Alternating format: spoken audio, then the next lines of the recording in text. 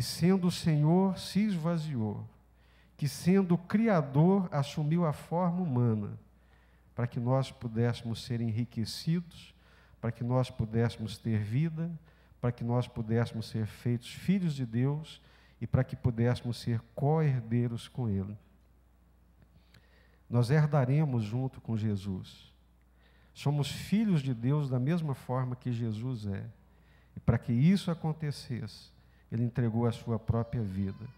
Constranja-nos, ó Deus, em nome do Senhor Jesus. É o que nós te pedimos e clamamos em nome do Senhor Jesus Cristo. Amém? Continue orando durante esse dia e, como diz o pastor Edson, deixa Deus falar no seu coração. Permita que Deus fale ao seu coração e seja fiel. Responda aquilo que Deus colocar no seu coração. É isso que nós pedimos em nome do Senhor Jesus. Pastor Jorge Damasceno. Pastor Jorge está conosco, é muito conhecido aqui já dos irmãos. O Jorge é um dos missionários com quem a igreja tem parceria já há muitos anos. Jorge foi um dos primeiros missionários a entrar na Albânia, já dissemos isso aqui. Ficou lá por 15 anos até que a igreja se estabelecesse. E tendo plantado a igreja, estabelecido, organizado várias igrejas naquele país, Deus o levou para a Inglaterra, onde está há 8 anos trabalhando com imigrantes de língua portuguesa. Então, para nós é uma grande alegria receber o pastor Jorge, que tem sido um dos preletores da nossa conferência, juntamente com o pastor Edson Teixeira. Pastor Jorge, Deus abençoe, meu irmão. Amém, pastor, muito obrigado. Queridos, é uma alegria muito grande podermos estar aqui nessa conferência. Eu dizia ontem pela manhã que eu vim aqui com o objetivo de abençoar, mas estou sendo grandemente abençoado por tudo aquilo que eu tenho ouvido, né? Mas, sobretudo, eu tenho sido grandemente abençoado quando eu vejo o amor de vocês pela obra missionária.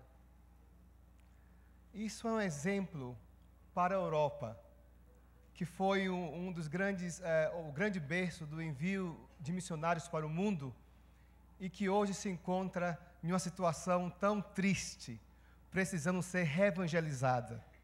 Então, a minha oração é que Deus possa levantar homens e mulheres deste país, por que não desta igreja, para alcançar o continente europeu com a preciosa palavra de Deus.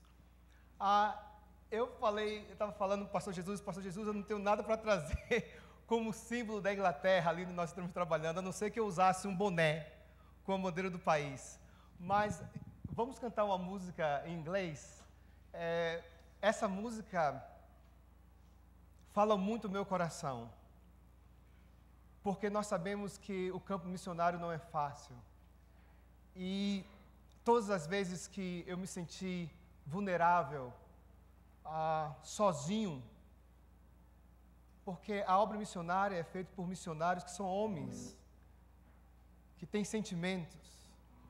Essa música sempre trouxe consolo ao meu coração e trouxe a garantia de que Deus estava comigo, que nós não estávamos sozinhos, que o Deus que chamou era o Deus que ia prover, que ia à nossa frente. É o Deus que nos escondia debaixo das suas asas. Que o chamado à obediência a missões era um chamado, primeiramente, à obediência a Deus. Você pode cantar em inglês também. Mas você ouça, preste atenção e deixe Deus ministrar o seu coração. Já cantamos essa música aqui, vamos cantar agora em inglês.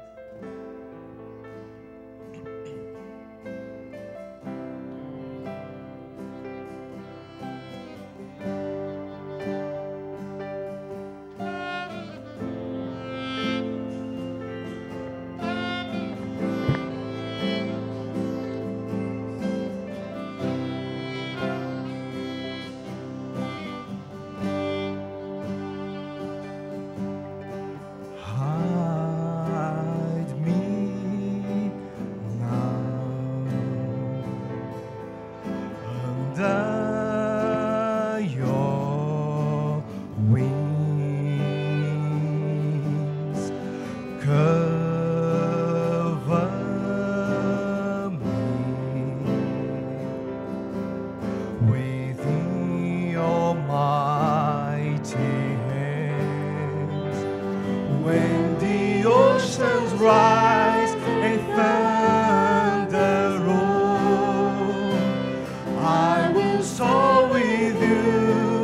above the storm.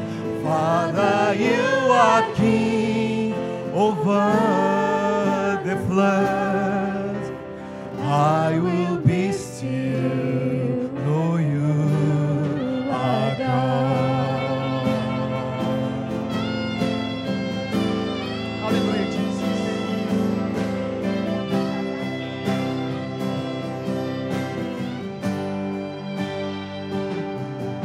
Find rest, my soul, oh yes, in Christ alone.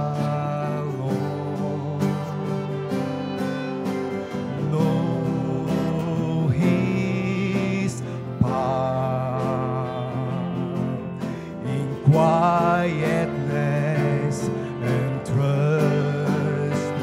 When the oceans rise and thunder roll, I will soar with you above the storm. Father, you are king over the floods. I will be still, know you. When the oceans rise, when the oceans rise and thunder roll, I will soar with you above the storm. Father, you are king over the flood. I will be still, know you are God. I will be still, know you are God. Aleluia, Jesus. Pai, nós sabemos que Tu és Deus, Senhor. Nós tão somente descansamos na Tua presença. Nós descansamos na Tua presença, Senhor, porque a nossa alma Te tem como âncora, Senhor. E nós permaneceremos inabaláveis diante dos Teus propósitos. Em nome de Jesus. Amém. Obrigado. Muito obrigado. Eu queria compartilhar com os irmãos nessa manhã da narrativa bíblica que se encontra em Atos, capítulo 16, versículo 9 e 10.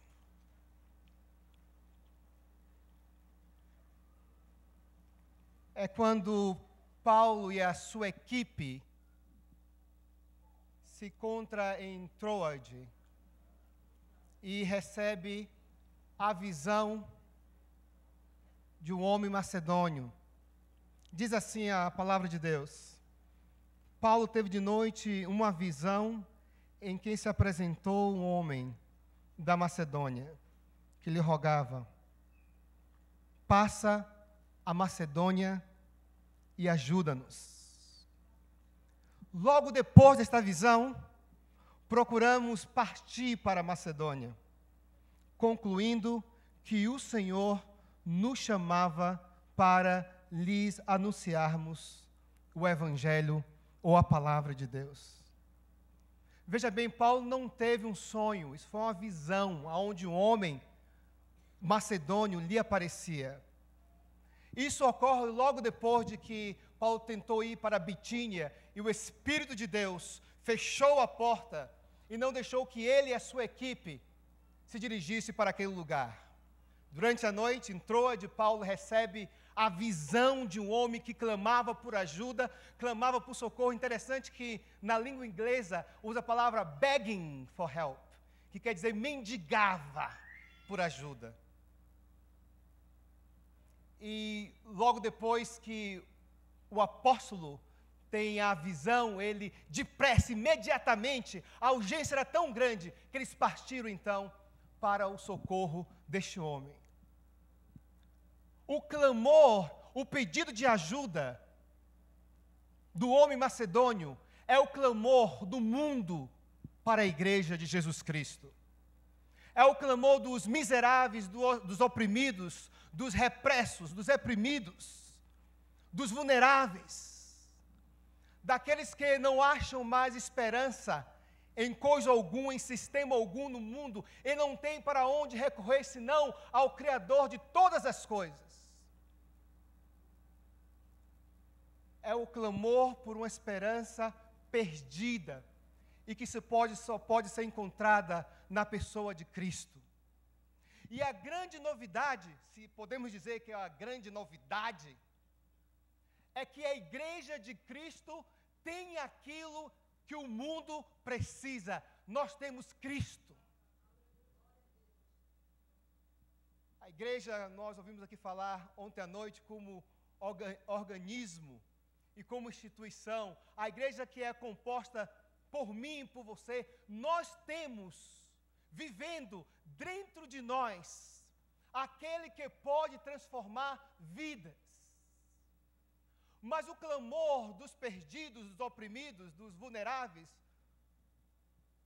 ele não pode ser ouvido somente durante conferências e atividades missionárias. É um clamor que não se cala. É um clamor que precisa ser ouvido por nós todos os dias. Passa a Macedônia e ajuda-me.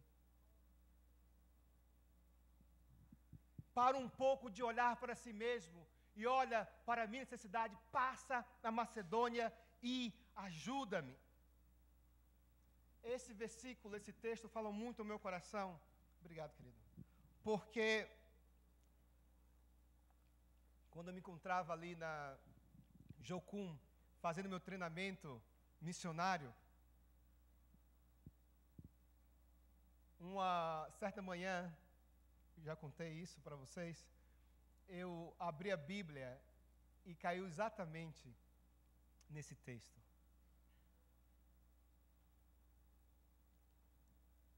E Deus falava comigo: você precisa largar tudo que tem para me servir. Eu pensava que estava indo para o meu treinamento missionário somente por 6 meses, 1 ano, e depois eu voltaria à minha profissão e completaria o meu sonho de ter uma boa casa, um bom carro, uma boa esposa. Pelo menos a esposa eu tenho, né? Eu queria ter filhos e a minha ideia era ter 5 filhos para mandar para cada continente, né, do mundo. Depois do primeiro eu parei. Eu falei, não, isso já é demais. Mas Deus nos abençoou com um segundo filho, com uma filha maravilhosa.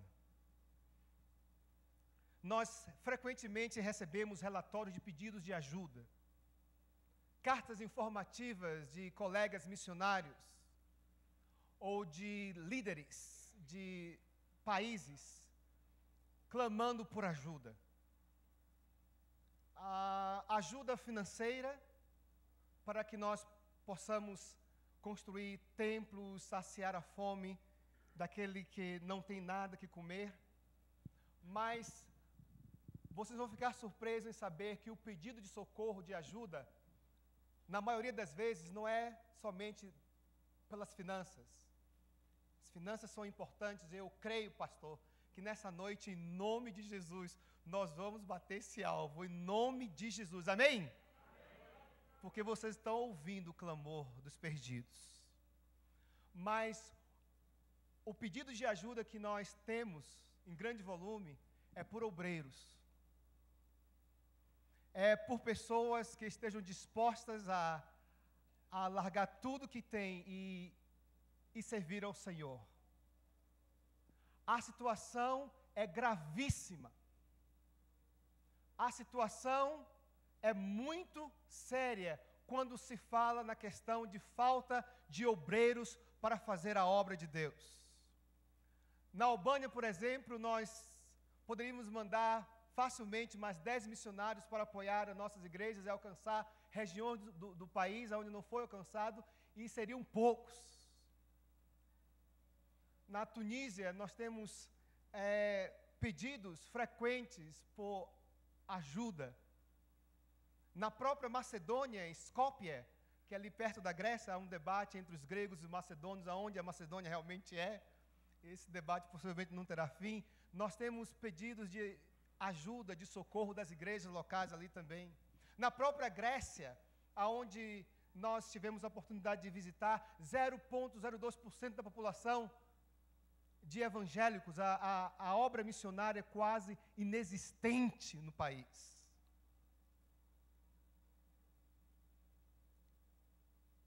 Nações pedindo por ajuda, por socorro. Domingos T, em Guiné-Bissau, recentemente me mandou um e-mail dizendo: pastor, eu estou aqui com a obra do Desafio Jovem. Ele tem 20 homens e 30 mulheres, ex-viciados, aonde ele leva para casa de recuperação, e ali ele cuida, ali ele alimenta. O quadro é tão triste que ele mostra para a gente algumas fotos das pessoas sendo acorrentadas, não é? Porque eles têm a tendência de fugir. Então, o método ali para a pessoa passar a crise de abstinência é muito rústica.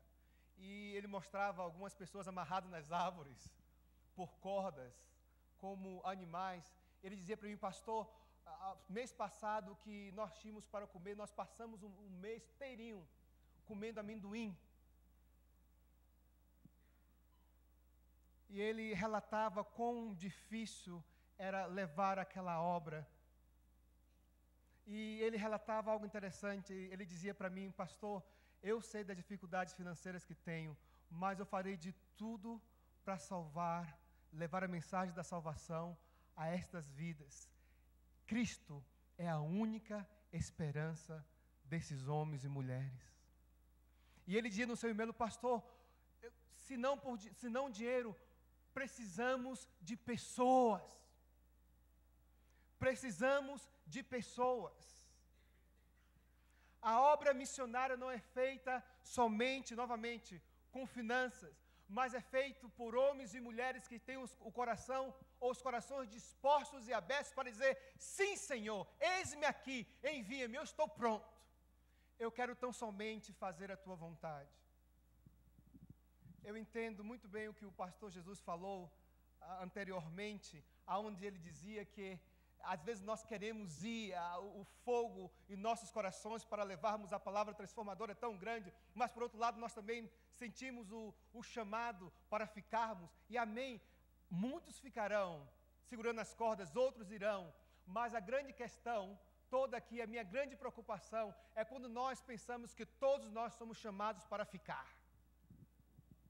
E diante do chamado de Deus, ao invés de dizermos: eis-me aqui, Senhor, envia-me a mim, nós frequentemente, eu falei isso, dizemos: eis-me aqui, Senhor, envia aquele ali, porque é mais fácil. Nós estamos precisando de homens e mulheres que tenham os seus ouvidos aguçados, os corações escancarados, para ouvir o clamor dos perdidos. A igreja de Deus não pode se dar o luxo de, diante das portas que o Espírito de Deus tem aberto para nós, de retrocedermos. Você pode ouvir o clamor do mundo nessa tarde, nessa manhã. Será que você é capaz de ouvir o clamor daqueles que clamam por transformação, por justiça, por mudança de vida? Será que você pode ouvir o clamor daqueles que precisam de ajuda?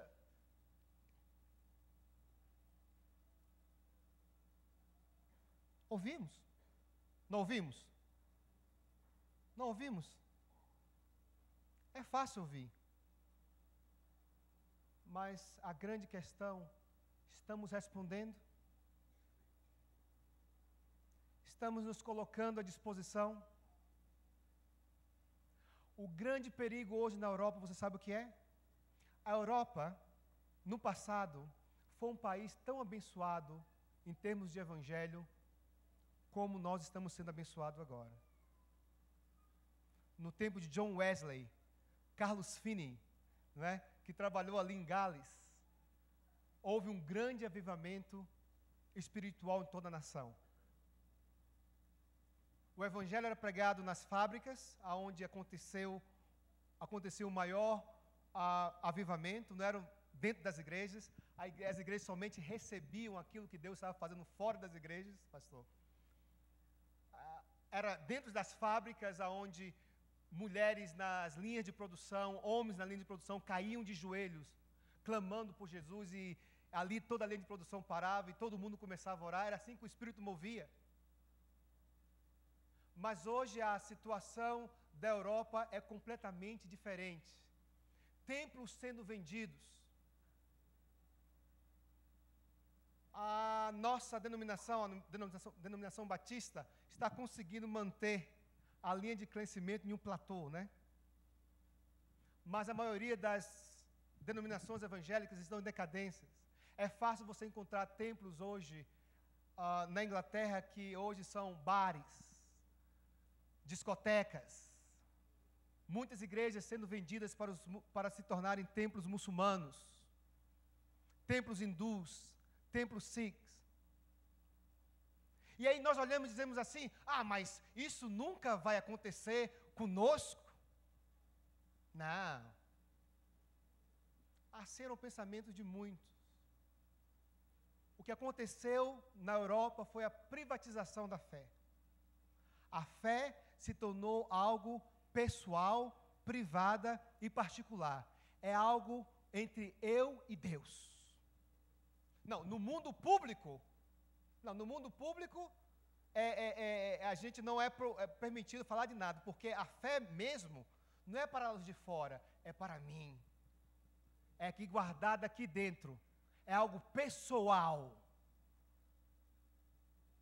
E às vezes eu vejo algumas nuances desse tipo de pensamento na igreja brasileira, onde nós a cada dia estamos vendo e pensando sobre a fé em termos de salvação espiritual, algo que pertence para mim, salvação individual, é minha. Então, não importa se o meu vizinho está indo para o inferno sem Jesus, eu livrei o meu couro e isso é que importa.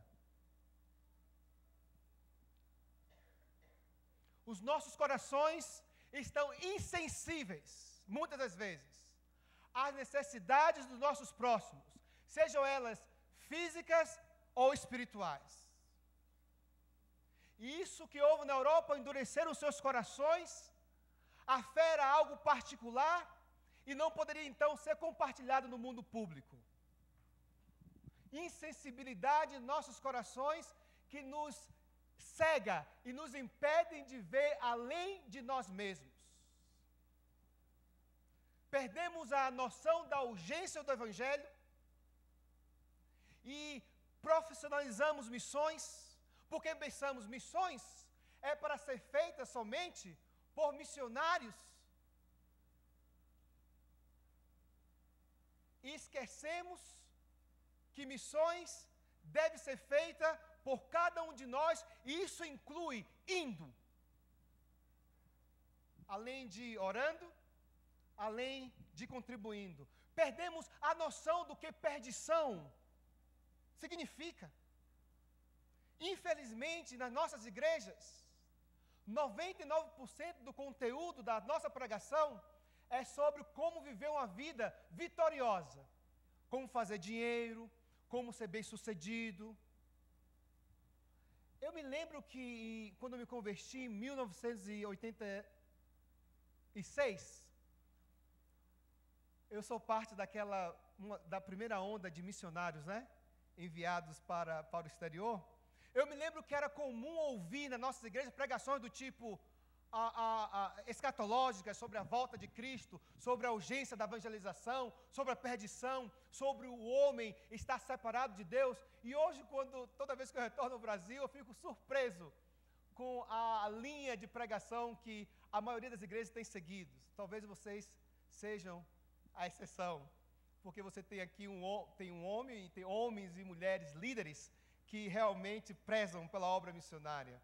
mas nós perdemos o peso do que a palavra perdição significa. E a não ser que nós resgatemos isso, e lembremos que o homem sem Deus está perdido, está condenado,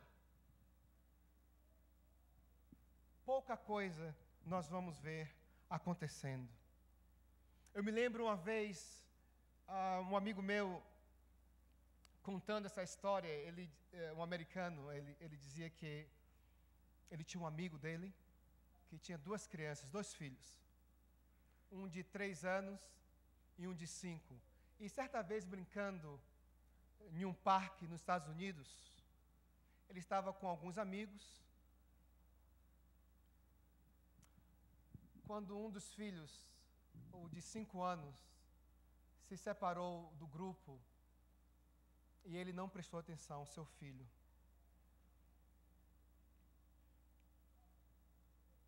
O menino brincando no parque, uma chapa de 100 quilos de ferro, de aço, solta ali, caiu sobre ele. O pai, quando viu aquilo, a menina pequena esticando a calça dele, e ele sabia o que era, ela fazia assim. Quando eles notaram, a criança estava debaixo daquela chapa, esmagado. Era mais de 100 quilos, parece, não lembro quantos quilos aquela chapa era. Ele dizia que o pai encontrou em si uma força brutal, em meio ao desespero, para suspender aquela chapa sozinho e tirar seu filho de lá. Ao levar o filho para o hospital, os médicos vieram e disseram: eu sinto muito, nós fizemos tudo o que podíamos, mas o seu filho faleceu, morreu. O pai ficou tão desesperado que ele saiu correndo daquele hospital e se embrenhou, essa palavra, em uma floresta que ficava perto do hospital, e praticamente passou a noite ali. No dia do enterro, esse meu amigo vai para ele e coloca a mão sobre os seus ombros, tentando consolá-lo. E ele pergunta: Senhor, o que é que eu poderia dizer para um homem nessa situação? E aí ele ouve a voz de Deus a dizer: Jim, você pode ver o sofrimento do coração desse homem. Você pode sentir o quanto dói o coração desse pai com a perca do seu filho. Aí Deus continua e fala ao seu coração: agora imagine o meu coração como Deus, quando eu tenho que lidar diariamente com isso, aonde os meus filhos, a minha criação, marcha para a perdição. O coração de Deus bate pelos perdidos. O coração de Deus é sensível aos perdidos, e a não ser que nós, como igreja de Cristo, resgatemos essa sensibilidade em nossos corações, esse amor incondicional pelos perdidos, queridos,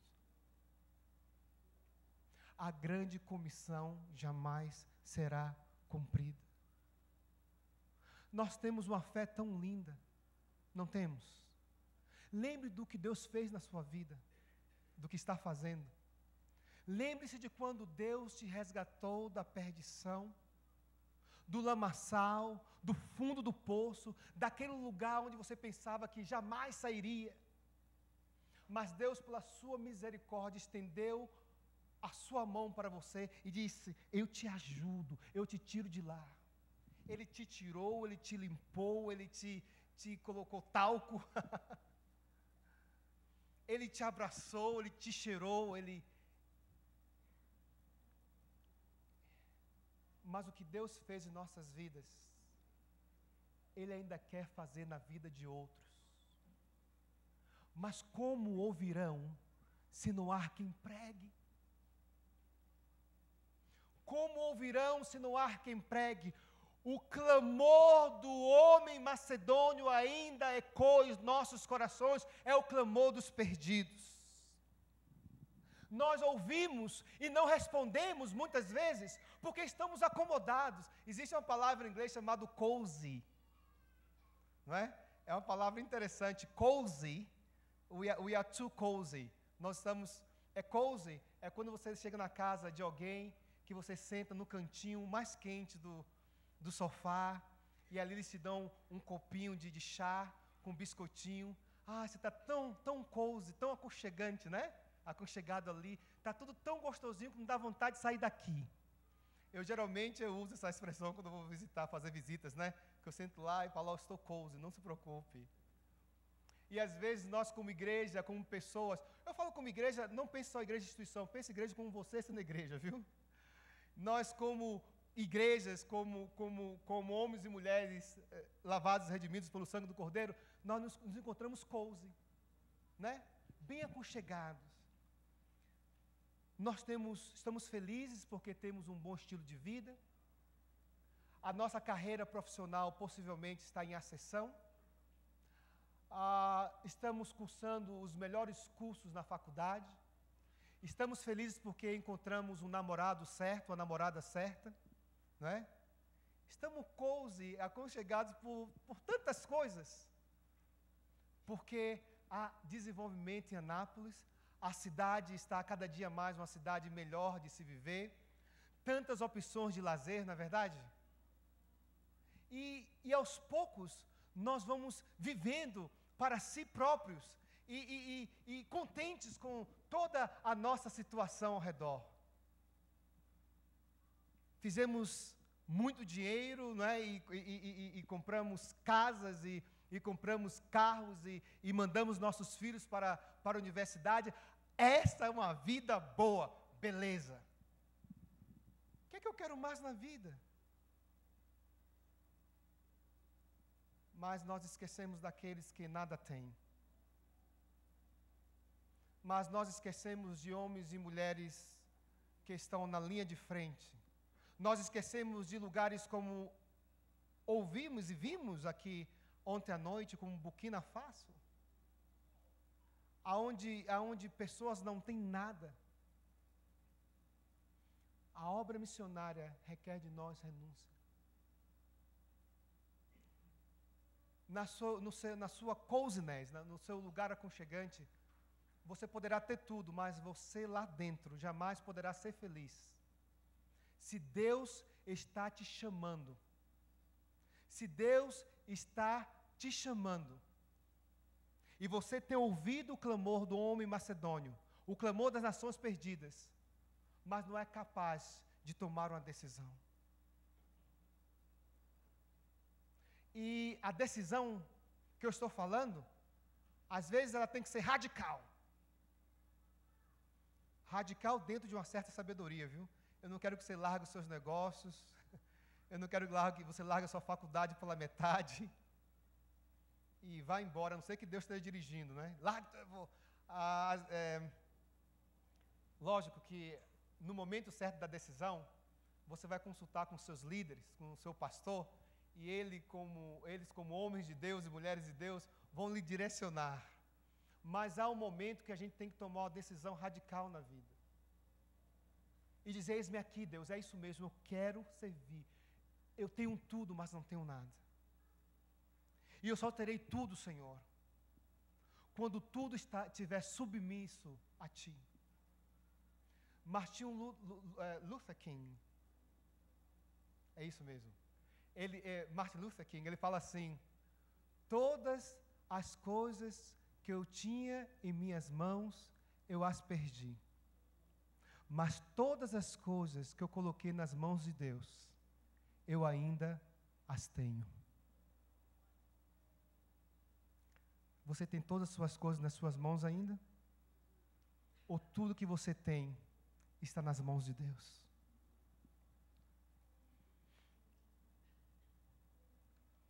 Ouvir o coração de Deus pelos perdidos. Nações que clamam por ajuda e por socorro. Ouvimos?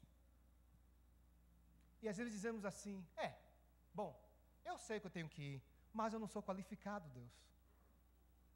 Eu não me sinto capacitado. Hoje no Brasil não é mais desculpa, nós temos agências missionárias inúmeras aí, não é? Que capacita, que qualifica, que prepara. Moisés tentou dobrar a Deus, não é? Diante da missão que Deus colocou diante de si, por dizer, não, Senhor, eu sou pesado de língua, não consigo falar bem, não tem nada que eu possa oferecer. Se esse é o problema, está aqui Arão, ele vai com você. Não há desculpas. Sabe de uma coisa que eu aprendi? Quando eu saí para a Albânia com 21 anos de idade, eu me senti completamente incapacitado. O meu preparo na Jocum, com todo respeito pela organização, foi insuficiente. Diante do grande desafio que eu tinha diante de mim. Mas eu disse para Deus, Deus, eu sei que eu não me sinto preparado teologicamente, missiologicamente, transculturalmente, nada. Mas sabe o que eu tinha no meu coração? Eu tinha uma chama que ardia por amor pelos perdidos. E Deus um dia falou para mim, isso é o suficiente. Você tão somente vá e faça a minha vontade. Eu o capacitarei. Não temas. Não temas. Não tenha medo. A outra desculpa, eu estou com medo, Senhor, né? Um menininho aqui da tribo Calungas, aquilo ali falou no meu coração diretamente quando ele falou, estou com medo. E aí alguém responde, não temas, porque eu colocarei as minhas palavras na sua boca. E isso é algo brilhante, é algo emocionante na obra missionária. É quando o Jorge, incapacitado, completamente desqualificado, se coloca à disposição de Deus, e em momentos difíceis, onde eu estava perdido, não sabia que decisão tomar, Deus tomava o rumo das coisas e fazia as coisas por mim, porque a obra era dele. Não temas, não tenha medo. Se Deus está chamando, Deus vai prover. Ele vai prover as finanças. O meu Deus suprirá todas as vossas necessidades em glória. Não é somente financeiramente, mas em glória. Em glória é a presença dele que vai conosco. E a tua presença, Senhor, me basta. Eu me lembro que nós chegamos em Albânia, eu não sabia inglês, malmente falava português. Era muito bom em baianês. Não falava albanês, não falava inglês. Como é que um homem desse é mandado para o campo missionário? E eu brincava com meus amigos americanos um dia, eu não fui comissionado não, eu fui empurrado, né? Eu fui, vai! Graças a Deus foi empurrado por Deus. Nem sabia que precisava de visto para chegar na Albânia. Vim descobrir isso no aeroporto. Quando eu cheguei lá em Roma, olha, a situação mais hilária. Cheguei no aeroporto de Roma com o Antônio, que chegamos lá, passaporte, por favor, estou indo para Tirana. Cadê o visto? Precisa de visto? Precisa, meu filho. Não, mas ninguém falou nada para a gente, vocês deveriam saber disso. Cadê o visto? Não temos visto. Olha, o avião sai daqui há 2 horas. Aí nós falamos para a mulher, cheia de espiritualidade, nós tínhamos um certo, teor de espiritualidade. Esse avião não vai sair não, só sai conosco. Olha, que besteira. Aí começamos a orar, irmão Antônio, e olhando a placa de embarque, né? Aí 1 hora para o voo partir, nada. 2 horas estava escrito, o avião saiu, né? Off. E a gente lá, no aeroporto, de Fiumicino, perdido. Em Roma. Pense bem, aí eu me lembrei que eu tinha levado um telefone da irmã do meu pastor, um dos meus pastores, o meu primeiro pastor, que morava em Roma. E ele falou, Antônio, o que a gente vai fazer? A gente não tem ideia. Isso é Roma. Eu não tenho ideia. Telefonava para essa irmã, ela trabalhava, né? Nada, não atendia. Aí nós falamos assim, qual o plano B? Não tínhamos um plano B, né? Então vamos formular o plano B agora. Vamos fazer uma reunião administrativa. E o pastor Antônio Sentamos ali, fizemos a reunião administrativa e decidimos que a nossa melhor opção era irmos para a Embaixada Albanesa em Roma. Agora, olha que sem juízo, né, a gente era. Pegamos a nossa mala, gente, a coisa mais ridícula do mundo. Eu com 2 malas, Antônio com 2 malas, entrávamos naqueles ônibus ali em Roma, perguntando, levamos cerca de 3 horas para achar a Baixada de Tirana, da Albânia em Roma, com os malões dentro dos ônibus, e o pessoal xingando a gente em italiano, não queria nem saber, não estava nem entendendo. Hoje eu entendo os palavrões, né, que eram. Eu falei, meu Deus, eu fui xingado disso tudo, não sabia. E perguntava eu perguntei ao senhor, aonde é a embaixada da Albânia, a embaixada da Albânia? Aí o cara falou assim, olha, você vai aqui, você vira como é que ele falou? Ele falou, vira a destra, é direita, né? Vai para a destra aqui, vai aqui, você vai para aquela rua. Aí ele falou, obrigado. Aí quando ele falou, você vai aqui à direita, nós vamos para a esquerda, com as malas na mão. Aí o italiano falou, mas filhoro, que coisa faz? Que coisa faz? Italiano é assim, né?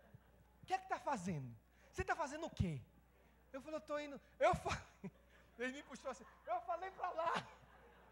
Falou, aí com muito sacrifício, achamos a embaixada, chegamos com as nossas malas na escada.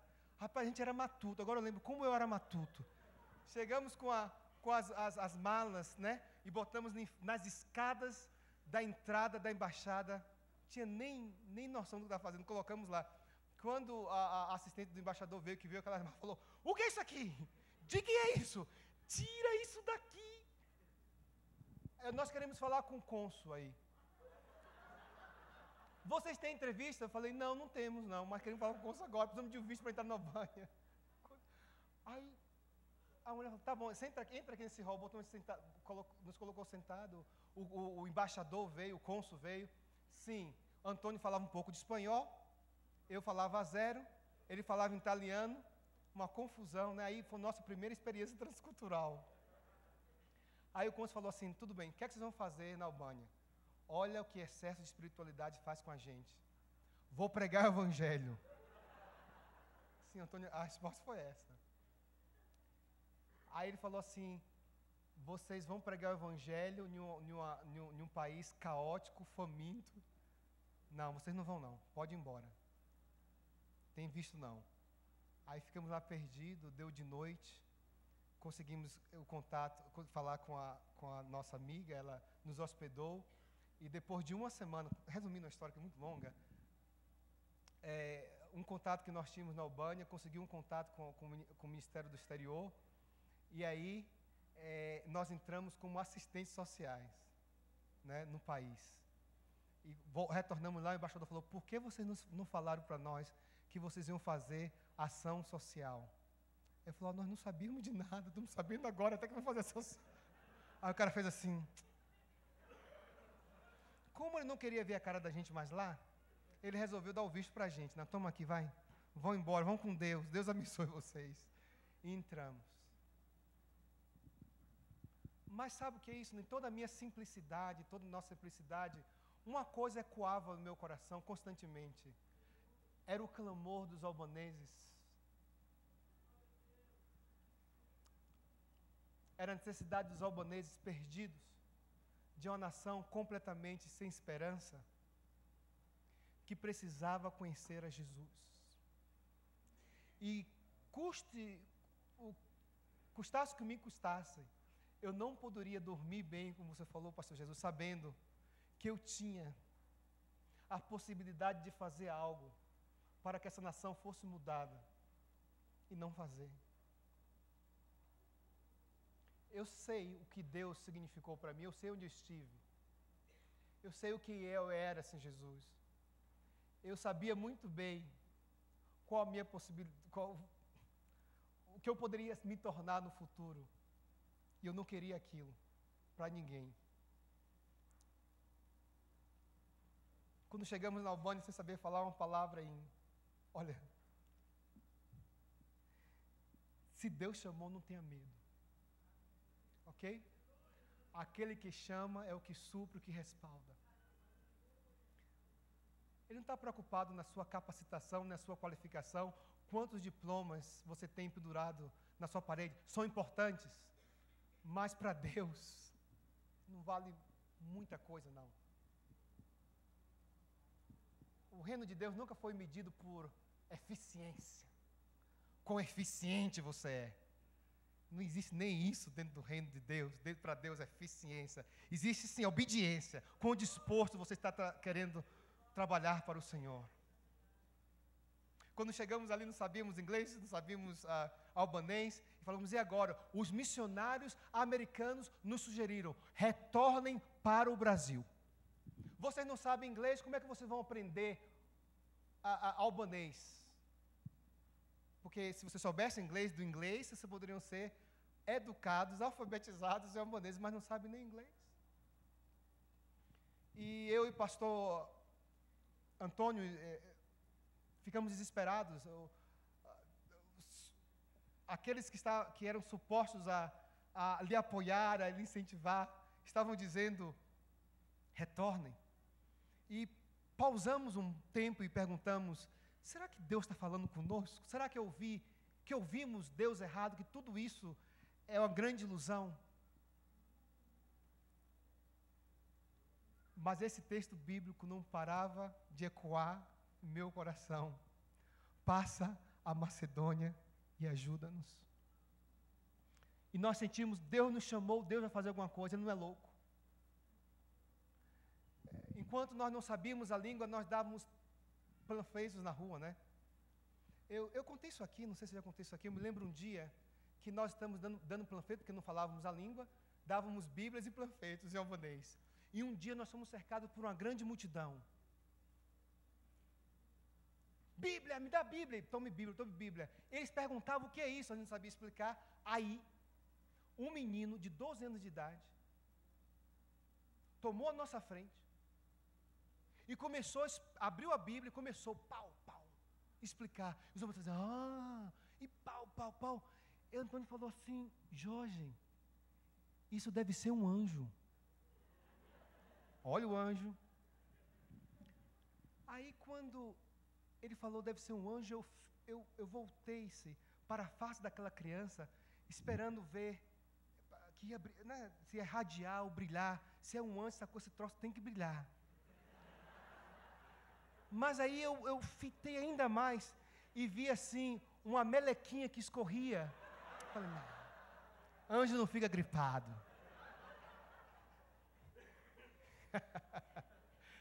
Isso aí é um menino sendo usado por Deus, esquece essa besteira.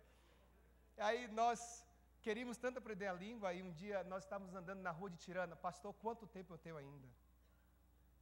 Eu estou fazendo melhor que o Edson, não estou? Eu tenho mais tempo, né? 15? Nossa, Deus.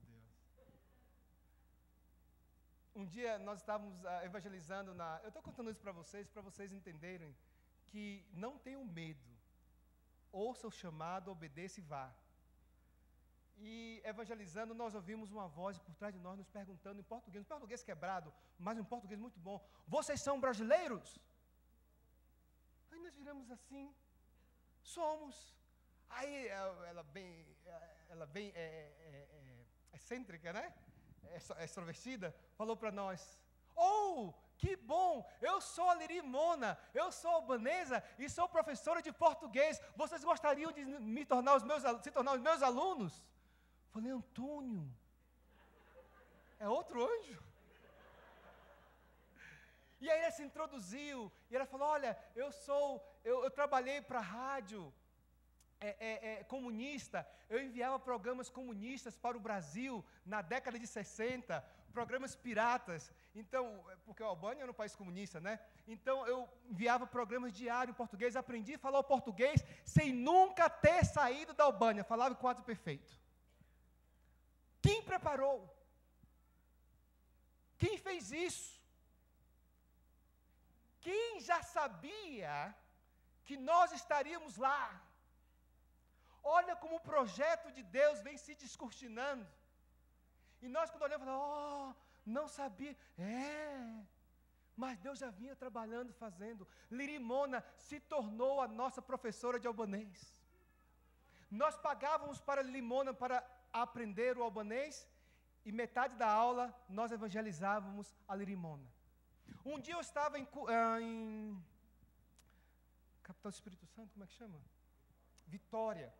Eu estava em igreja em Vitória, pregando, fazendo uma conferência missionária, e eu contava esse testemunho.